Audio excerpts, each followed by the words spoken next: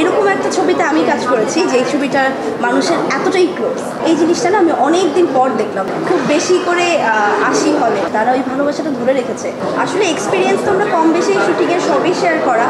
তারপরও আমি যদি বলি যে আমার কাছে নতুন এক্সপিরিয়েন্স হচ্ছে ঈদের সিনেমা আসা, ঈদের দিন সিনেমা হলে আসা, কিংবা ঈদের পর থেকে আসলে বাদবাকি নর্মাল ডেজগুলোতে ঈদ যা ছিল তার থেকে বের হয়ে এখন জঙ্গির সাথে ঈদ করা। আমার মনে হয় এটা আমার কাছে অনেক বড় একটা আসলে ভালো লাগার দিক। আর তার থেকে বড় হচ্ছে যে প্রতিবার যখন হলে আসছি বিভিন্ন রকম মানুষের আসলে কথা শুনছি, তাদের ফিলিংসের কথা শুনছি, তাদের ইমোশনের কথা শুনছি, এবং একসাথে প্রত্যেকটা মানুষই যখন প্রকাশ করছে যে তারা কতটা ইমোশনাল হয়েছে, তাদের কতটা ভালো লেগেছে, কিংবা প্রত্যেকটা মানুষের যখন বন্ডিং দেখছে এক একটা ক্যারেক্টারের সাথে, নামের সাথে, এই জিনিসটা আসলে তখন অনেক বেশি টাচ করছে, যার জন্য আরও মনে হচ্ছে খুব বেশি করে 80 হলে।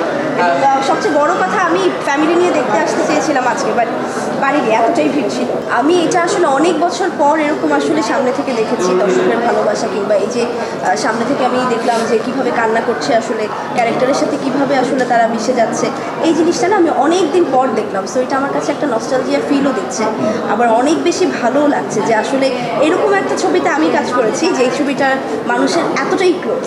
আমার মনে হয় এই ভালোবাসাটা এই পর্যন্ত এতখানি আছে দেখেই আসলে কাজটা করার আরও সাহস পাই। সো এটা আমি অডিয়েন্সের কাছে অনেক গ্রেটফুল, অনেক কৃতজ্ঞ যে তারা ওই ভালোবাসাটা ধরে রেখেছে। আমার মনে হয় 1%ও কমই, যার জন্য প্রতিনিয়ত ভালো কাজ দেওয়ারও একটা আসলে মাথায় তাড়া থাকে।